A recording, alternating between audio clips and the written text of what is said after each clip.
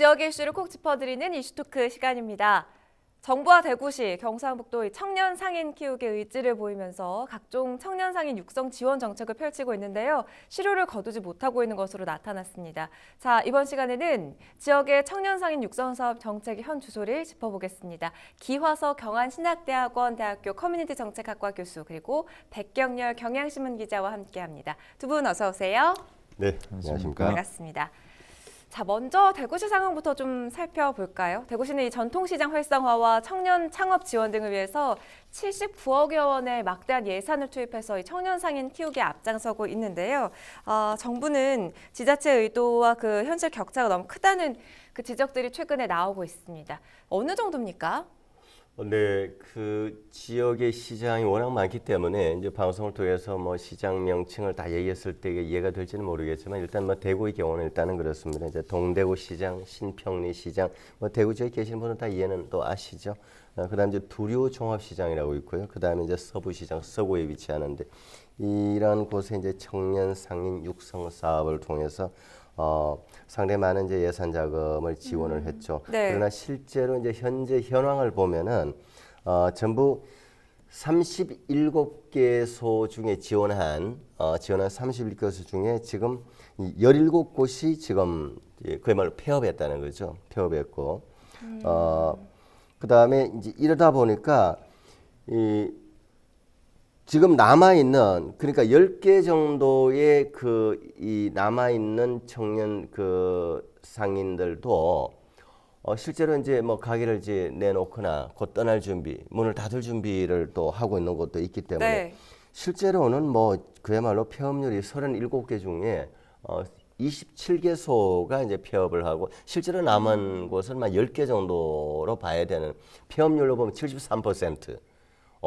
통계 수치로 봐서는 굉장히 심각하죠.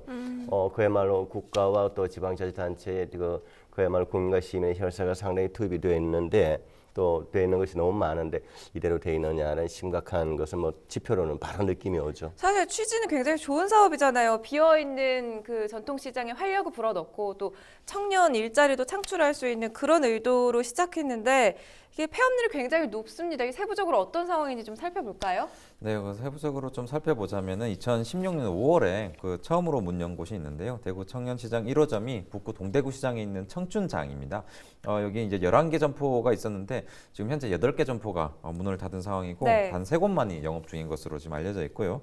다른 곳도 좀 사정이 비슷합니다. 2016년 8월에 문을 연 곳이 서구 신평리 시장이 있는데 여기는 10곳 가운데 2곳밖에 영업을 하고 있지 않은 것으로 되어 네. 있고요. 2017년 5월에는 달서구 두류종합시장 안에 청년 상인몰 역시 또 두유 청춘이라는 곳이 있는데 이곳에는 6곳 중에서 3곳만 좀 남아 있는 상태이고요. 남아 있는 것으로 알고 있습니다. 그래서 그 청년몰 중에는 또 이 중에 한 곳은 또 임대료나 인건비 뭐 좀 공통적인 상황이긴 한데 이런 부담이 좀 크다는 이유로 가게 문을 닫고 어떤 배달 사업으로 방향을 전환하겠다. 뭐 이렇게도 좀 방침으로 알려져 있고요. 곧 문을 닫은 예정인 곳도 있었던 것으로 얘기가 되고 있습니다.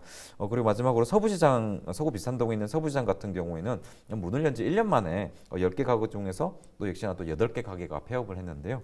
총 사업비 2억 9천만 원을 들여서 청년 점포 임대료, 또 가게 리모델링비, 교육과 홍보 마케팅, 컨설팅 등을 지원하고 청년 거리를 조성했지만 대부분의 청년 상인이 가게를 떠나고 거기를 버리고 떠나는 것입니다. 대구시 등 자치단체가 좀 기대하고 있던 그런 상황의 장밋빛 전망과 실제 현실과는 좀 거리가 아주 크다고 볼 수가 있겠습니다. 사실 이거는 근데 대구시만의 문제는 아니지 않습니까? 그렇습니다. TV에서 보면 왜 백종원 씨가 출연하고 있는 방송 있잖아요. 청년 상인들 지원해주는 그런 프로그램을 보면 사실 뭐 경북도 예외가 아니라는 게 문제일 텐데 경북 상황은 어떤가요? 네, 경북도 뭐 대구와 큰 차이는 없는데 일단 잠시 이제 통계를 좀 보면은 이제 2015년도에는 이제 그 이름이 좀 유사합니다. 시청자들께서 보셨을 때 뭐 청년과 관련된 이 예산 사업이 좀 굉장히 유사한데 2015년도에는 청년 이 지원 사업이라고 해서 이제 31개소를 지원을 했는데 이제 16개소가 이제 그야말로 폐업을 했고요. 그 중에서 대표적으로 경어산의 꿈바우 시장이라고 하는 이제 전통 시장에는 12개 지원하는 곳이 지금 이제 3군데가 없어졌고, 네. 그다음에 이제 2017년, 18년도에는 그 청년몰 조성 사업이라고 했어요. 한 시장 안에 일정 구역, 일정 뭐 이 점포 안에 몇 군데 이제 그 청년들이 들어와서 이제 영업을 할 수 있는 합동 몰 같은 걸 지원하는 사업을 했는데 이 중에 이제 2017년도에는 40개소를 지원했는데 이 33개소가 폐업을 했고, 그런데 2018년도에는 20개소를 지원했는데 이제 3개소가 이제 폐업을 했다. 2018년 바로 작년이잖아요. 세 개가 남은 거죠. 3개가 폐업했습니다. 3개가 폐업해서 아직은 좀 17개가 이건 남아 불과 있는 이제 건가요? 1년도 채 안 됐기 때문에 3개가 폐업했다는 건 또 작은 숫자는 아니죠. 그러니까 짧은 시간 안에 그렇죠, 세 곳이 그렇죠. 폐업을 했다. 그렇죠. 예. 이러한 그 청년 관련된 이제 전통시장과 청년이 결합되는 사업에 있어서는 보통 이제 그 예산을 거의 100% 지원을 합니다. 간혹 이제 저 자부담 10% 정도만 부담하게 하는 정도인데 그야말로 엄청난 지원을 함에도 불구하고 이제 통계상으로 문제가 있다. 근데 제가 봤을 때는 사실 정말 이 청년들이 우리 전통시장에 들어와서 뭔가를 하게 하는 의미는 좋지만 조금 길게 봐줄 필요는 있다라고 생각을 합니다. 사실 뭐 말씀하신 것처럼 예산을 쏟아붓는 수준인데 뭐 대구 경북 가리지 않고 전통시장 안에 창업한 청년들 중 절반 이상이 문을 닫거나 또 폐업 위기에 처해 있는 상황입니다. 이런 문제가 계속 이어지는 이유는 뭡니까?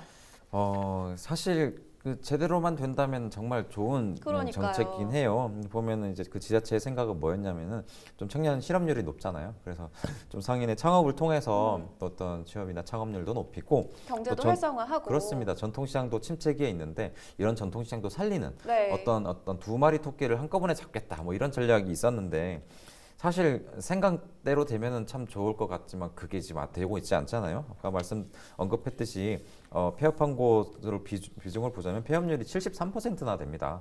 그러니까 10곳이 생기면 7곳은 지금 문을 닫고 떠나고 있다는 거거든요. 패기 넘치게 젊은이들이 사업을 시작했는데 왜 자꾸 이렇게 실패하는 거죠? 일단 적자가 좀 크다는 이유가 있는데요. 전문가나 또 청년 상인들이 좀 자체적으로 분석한 결과를 보면은 전통시장 안에 좀 입지 조건이 좀 잘못됐다. 자리 잡는 게 좀 잘못됐다는 얘기가 있고요. 네. 그리고 좀 실적 위주의 지원 방식 그리고 뭐 일단 좀 어떤 시장에 청년몰을 만들어 놓고 보자 뭐 이런 식의 발상 이런 것 때문에 좀 이런 실적 위주의 지원 방식이었기 때문에 좀 그런 게 좀 한계가 있었다 이런 지적이 있고요. 네. 또 그 청년 상인들의 또 어떤 준비가 부족했다.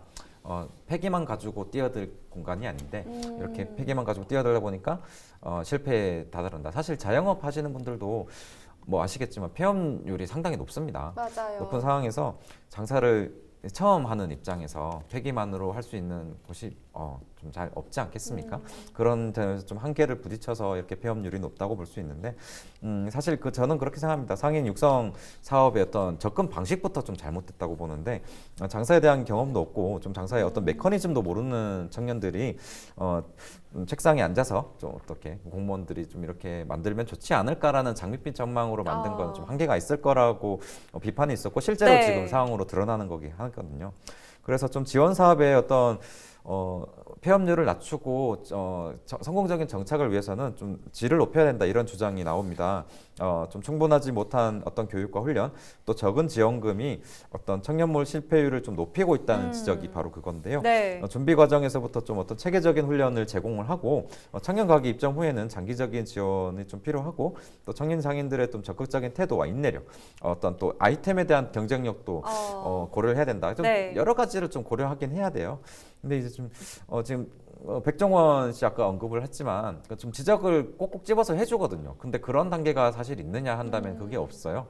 그래서 그런 게 좀 부족하고. 창업 전에 그 단계가 꼭 필요하다는 말씀이잖아요. 그렇습니다. 그리고 그 농민사관학교 경북도에 농민사관학교가 있습니다. 그런 경우에도 이제 농촌에 농사를 지어본 경험이 없는 젊은이들을 네. 좀 농촌에 정착하기 위해서 만들고 있거든요. 이런 것처럼 이런 것들도 좀 상업적인 부분에서도 청년들이 좀 와서 배울 수 있는 이런 부분들이 좀 필요하다고 봅니다. 저는 그렇게 해서 네. 준비도 충분히 하고 좀 그 지원금만 주고 그 점포만 만들었다고 되는 게 아니라 그 처음에 준비 단계도 도움을 주고 만들고 나서도 앞으로 유지하기 위해서는 어떻게 하는 게 좋은지 네. 컨설팅을 해주는 역할이 꼭 필요하다고 봅니다. 중요한 지적해 주셨습니다.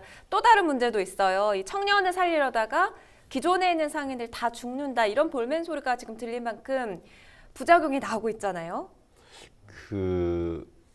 예를 들어서 이제 그 전통시장에는 수십 년 동안 그곳에서 이제 털을 일구어서 그야말로 할머니, 할아버지가 네. 될 때까지 영업을 해오신 분들이 많거든요. 그럼요. 네, 그런데 그분들이 봤을 때는 일부 청년들이 바로 옆에 피어 있는 점포에 와서 그냥 적당하게 하다가 그냥 해보고 아니면 말고 식으로 그것도 돈을 떠나버리면은 지어가고. 위화감도 느끼고 안 하면 못하게 되고 그리고 저 젊은이들은 말이야 그냥 뭐 점포 임대료에 그냥 인테리어비에 다 지원해주고 그런 느낌 있지 않겠어요? 또 젊은이들이 계속 상주를 해서 뭐 한 절반 정도라도 남아서 계속 이제 활성화되어 주면 고맙다라고 할 수는 있겠지만, 근데 이런 부분에 있어서는요, 저는 처음부터 접근이 잘못됐다.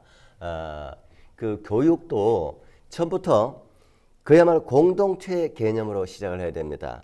예를 들어서 안동 중앙 신시장에 시작을 할 때는 신시장에서 오랫동안 영업을 해온 분들을 중심으로 자 여기에 비어 있는 점포는 뭘 하면 좋을지 제품 선택. 그리고 이 젊은이들이 했을 때는 그 제품은 어떤 식의 서비스와 노하우를 가지고 좀 해야 되겠다는 그분들의 지식과 경험의 노하우가요 가장 최선입니다. 현실적인 대학 교수가 아무리 얘기하는 이야기죠. 의미 없습니다. 네. 없습니다. 그런 그다음에 그분들의 이제 교육 경험적 노하우와 그다음에 좀 이제 학제적이고 지식적인 부분은 뭐 대학의 교수가 하든 또 일반 다른 전문가의 결합에 대해서 좀 장기적인 체계적인 이 교육이 계속 이루어져야 된다. 그야말로 시간 때우기식 교육으로는 아무런 의미가 네. 없다라고 생각을 합니다. 그런데 또 이 사업 자체는 사실 굉장히 취지가 좋고요. 또 전통시장 내 청년몰 입점은 좀 필요하다 이런 입장도 있잖아요. 그렇습니다. 그 사실 필요성 측면에서 본다면은 뭐 당연히 좋죠. 당연히 이제 그 전통시장이 좀 계신 분들이 좀 고령이시기도 하고 또 청년들이 가서 또 신선한 바람을 불어넣어 준다면은 시장 활성화에 분명히 도움이 될 거라는 거는 사실은 뭐 누구나 잘만 다 알고. 된다면 그렇습니다. 그렇죠? 그래서 좀 그 필요성의 측면에서는 모두 다 공감하는 부분이 있는 것 같고요. 청년몰이 잘 되면 또 그 상인은 물론이고 찾아오는 사람도 모두 좀 연령대가 좀 낮아지기도 하면서 또 윈윈할 수 전통시장이 있는 거겠죠. 그렇습니다. 전통시장이 좀 또 발전할 수 네. 있는 그런 계기가 될 거고요. 저는 크게 두 가지 측면을 좀 말씀드리고 싶은데 아까 그 교수님 말씀하신 것처럼 그 기존 상인들의 의견을 좀 귀담할 필요가 있다고 생각을 해요. 그 어떤 A라는 시장에 B라는 이제 점포가 들어간다고 생각을 해봅시다. 근데 그 당연히 청년들의 입장에서는 뭐 한 명이면 한 명, 두 명이면 두 명, 세 명이면 세 명 이렇게 좀 생각을 갖고 오거든요. 네. 여기는 예를 들어서 뭐 신선한 닭을 이렇게 손질을 해서 그 닭강정을 그냥 좀 색다른 방식의 소스를 개발해서 팔겠다 이렇게 아이템을 갖고 간다고 해요. 근데 그렇게 들고 갔을 때 과연 그 시장의 어떤 주 고객층이 좀 다를 수가 있단 말이죠. 그런 닭강정을 즐기지 않는 고객층인 그렇습니다. 시장일 수 있다. 그렇습니다. 예. 그래서 그 기존 상인들과 미리 좀 협의체를 구성을 해서 어떤 지원금을 이제 받아서 준비를 할 때 어떤 상인 연합회장이라든가 이렇게 좀 머리를 맞대고 네. 어떤 가게가 오면 좋을까요? 이렇게 자문도 구하고 이런 게 생기면 좋을 것 같다. 이거 좀 바꿔보면 안 될까? 우리 시장에는 이런 사람들이 많이 와. 뭐 이렇게 조언도 들을 수 있고요. 그렇게 좀 생각을 해서 궁리를 해서 조금 그러면은 좀 바꿔나갈 수 있고 수정을 할 수 있는 부분이 있다고 생각을 해요. 그런 부분이 좀 필요하다고 생각을 하고요. 그리고 그 시장에 그 젊은 피 수혈만으로 되는 건 아닙니다. 지금 그 지자체에서 좀 잘못 생각하는 게 뭐냐면은 이렇게 함으로써 좀 창업률도 높이고 취업률도 높이고 뭐 이런 생각을 하고 그 전통시장도 활성화되고 이렇게만 되면 사실 좋은데 기존 상인들 또 전통시장에서의 노력이 없다면은 이 부분도 안 된다고 생각을 해요. 네. 당장 그 젊은 사람들이 전통시장을 찾아가지 않는 이유는 물론 전통시장 가서 어떤 정을 느끼고 이런 것도 좋아합니다. 저도 뭐 좋아하긴 하는데요. 불편한 부분이 분명히 있어요. 그렇죠? 예를 들면 뭐 주차 공간이라든가 뭐 어떤 그 서비스 부분 측면에서도 좀 부족한 부분이 있고요. 카드 안 되고 그렇습니다. 네. 또 상품권을 또 활성화시키려고 하지만 이게 또 활성화가 되지 않는 부분이 충분히 있단 네. 말이에요. 그런 부분들을 사람들이 좀 쓰기 쉽게 좀 여러 사람들의 의견을 조율을 해서 그렇게 한다면은 기존 상인들도 좀 노력이 필요하다고 생각합니다. 전통시장에서의 노력이 따랐을 때 이런 시너지 효과가 나오는 거지 청년몰 입점 필요하다 그렇게 밀어넣는다는 식으로 오면 되는 일이 전혀 아니라고 생각을 합니다. 자, 이 청년몰 문제를 좀 최소화할 수 있는 방안 기 교수님도 한 말씀을 좀 해주세요.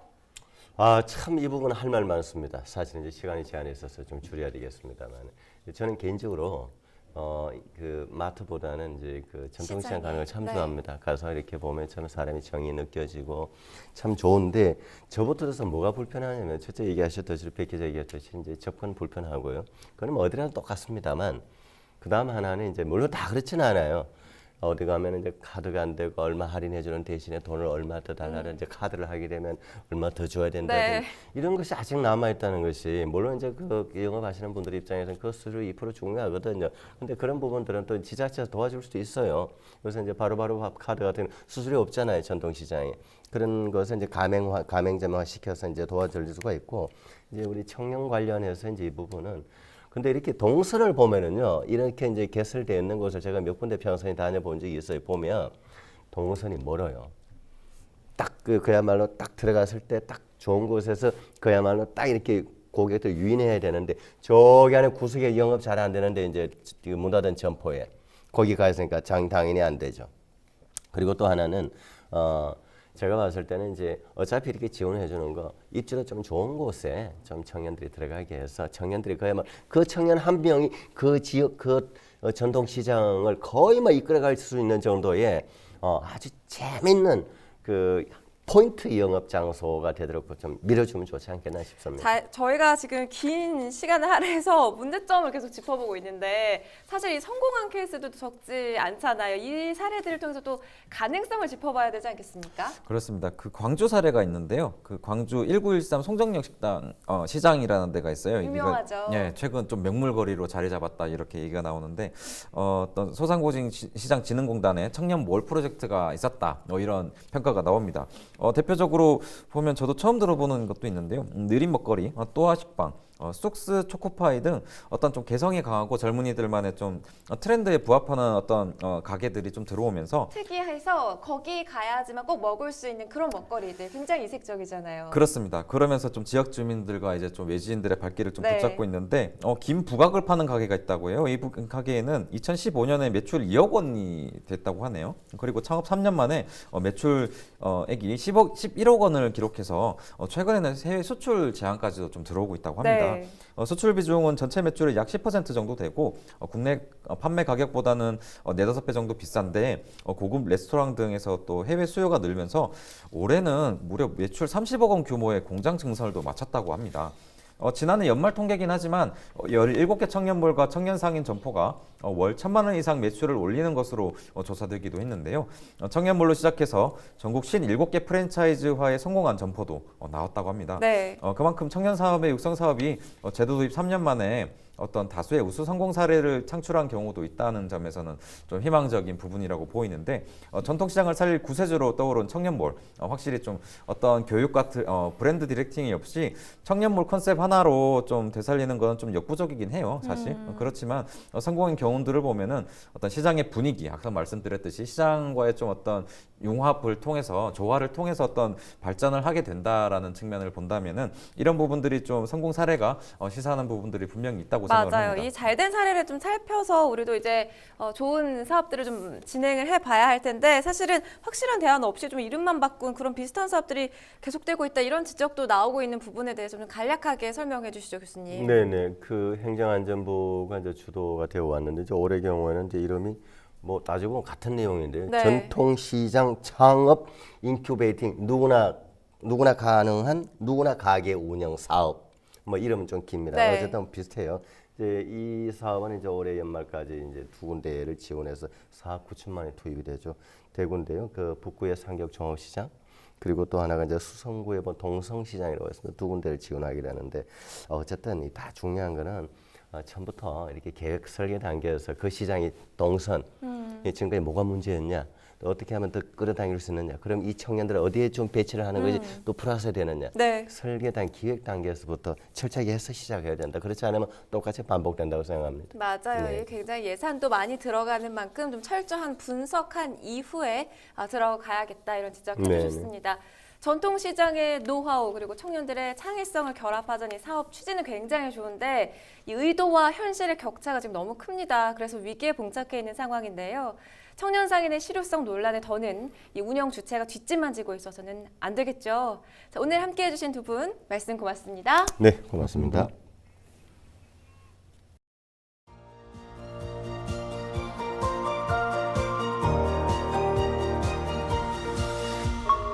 CJ 헬로